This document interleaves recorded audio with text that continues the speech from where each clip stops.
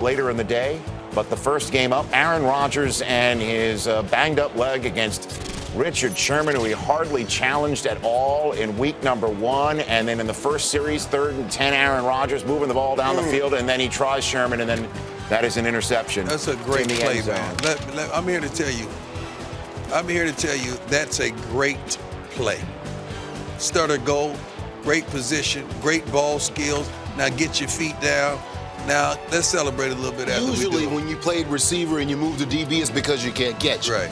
Not the case with Richard Sherman. So Sherman picks it off, but then the Seahawks, what do they do with it? It gets picked off right away. Ha-ha, Clinton Dix. Ha-ha. Gets all the way down to the 3-yard line off the tip drill. But at the end of the play, we usually see those mistakes by Russel Wilson. At the end of the play, it was a 15-yard penalty, but they got the ball back towards in the end zone, and it's called a touchdown for John Kuhn, except the fact he wasn't in. After further review, the ball's down at the half-yard line, and take the touchdown off the board. And the next play, here comes Eddie Lacy. He gets stuffed at the goal line, and the Packers settle for a field goal. That defense held early on. When they turned that ball over, Seattle did, that defense stepped up and played hard. So Mike McCarthy settles for the 3, decides to kick off, and that was a good move, especially when Doug Baldwin on the ensuing kickoff puts the ball on the ground. A fumble. Morgan Burnett recovers for the Packers. Second turnover of the game. They're not even through the first quarter, halfway through it at this point in time. And the Packers, it's their 3rd possession of the game already, all of them reaching Seahawks territory. This one starting in the red zone, and then Rodgers in the end zone, and he misses Jordy Nelson. That hurts right there, man. Should just had a little bit more air up under that ball so Jordy could have found it when he turned his head. Green Bay had to settle for another field goal when Aaron Rodgers watched his defense put Wilson on the ground. It's Julius Peppers trying to make his first Super Bowl and win it. And that got the ball back for Green Bay, who moved the ball down the field again in the red zone with a flag on the play, a wide-open Randall Cobb. And Aaron Rodgers' last 9 postseason touchdown passes have now gone to 9 different receivers. He'd never found Cobb, but he did right here wide open. Look at this right here, man. And Aaron Rodgers, man, you could tell he was in much better condition. He looked much better than he did last week. His calf was doing better, and he shot that ball in. 13-0. The defense is talking to one another on the sideline, trying to fire each other up. It's 16-0 second quarter when Russell Wilson tries to force one downfield, and there's that Clinton Dix fella again. I must say, like that one. Ha-ha, Clinton Dix, what must you say? When I was watching this, I was a little bit upset with Kearse in his effort, at least trying to move that ball or stop the interception or something. And Russell Wilson took a major hit from Clay Matthews, who was flagged 15 yards. They called it a blindside hit, but it was really more helmet to helmet. It's what it should have been at least. So, but Russell was not knocked out of the game. Not knocked out of the game. And then Aaron Rodgers gives it right back a few plays after the interception. We have 5 turnovers in the game at this point in time as the rain's beginning to come down again. Yeah. I think Aaron Rodgers expected Cobb to break out. But the ensuing possession, Russell Wilson for Jermaine Kearse, and he's picked by Sam Shields. Rich, right there again. I wanted to see a little more fight right there in this kind of a game, but to help your quarterback out there. So 3 turnovers for Wilson in the first half alone, and you throw in Doug Baldwin's fumble, and Seattle's lucky to be down just 16-0 to start the second half. They go 3 and out. The Packers couldn't score, so Russell Wilson trying to move the ball down the field on 3rd and 19 converts. On the phone with me talking about, are you serious?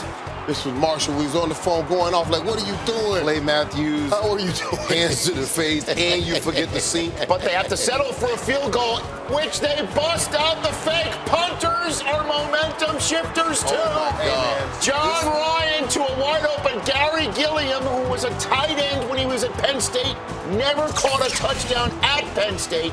This is his first career touchdown. Look at the predicament that they put A.J. Hawk in. He's in a tough situation. And he go get the runner. But I'm not going to surrender to 6. I give you the first down. I'm not surrendering to 6. Bad decision by A.J. Hawk. That is a big-time fake kick and throw to put the Seahawks on the board, but momentum started wearing a yellow helmet as James Starks is running through, bursting free for 32 yards. And Richard Sherman gets hurt on the collision with Cam Chancellor, and he comes up holding his elbow. He didn't miss a play, but he clearly was a one-handed defensive back the rest of the day. Hyperextended, I believe. And it's possible that he has nerve damage. He says that he will play later on.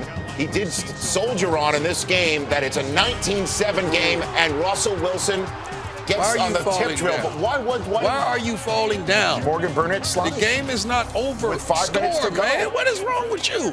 Well, Jermaine Kearse, it went off of his hands, so he was having a rough day at this point, to say the least. But the Packers would just run the ball and forced Seattle to use 2 of its timeouts. They decided not to call a timeout here and save 1 more timeout, which was an interesting move.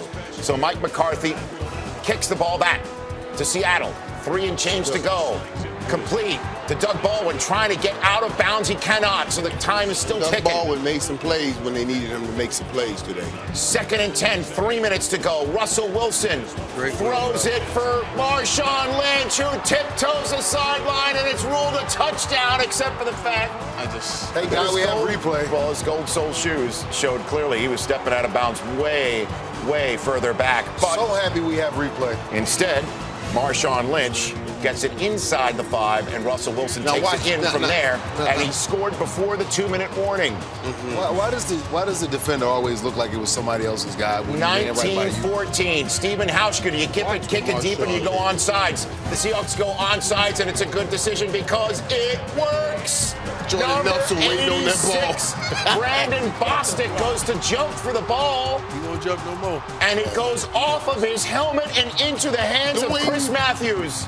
Look at Coach. What of hands he was on the front line blocked. Jordy Nelson is there waiting for the ball.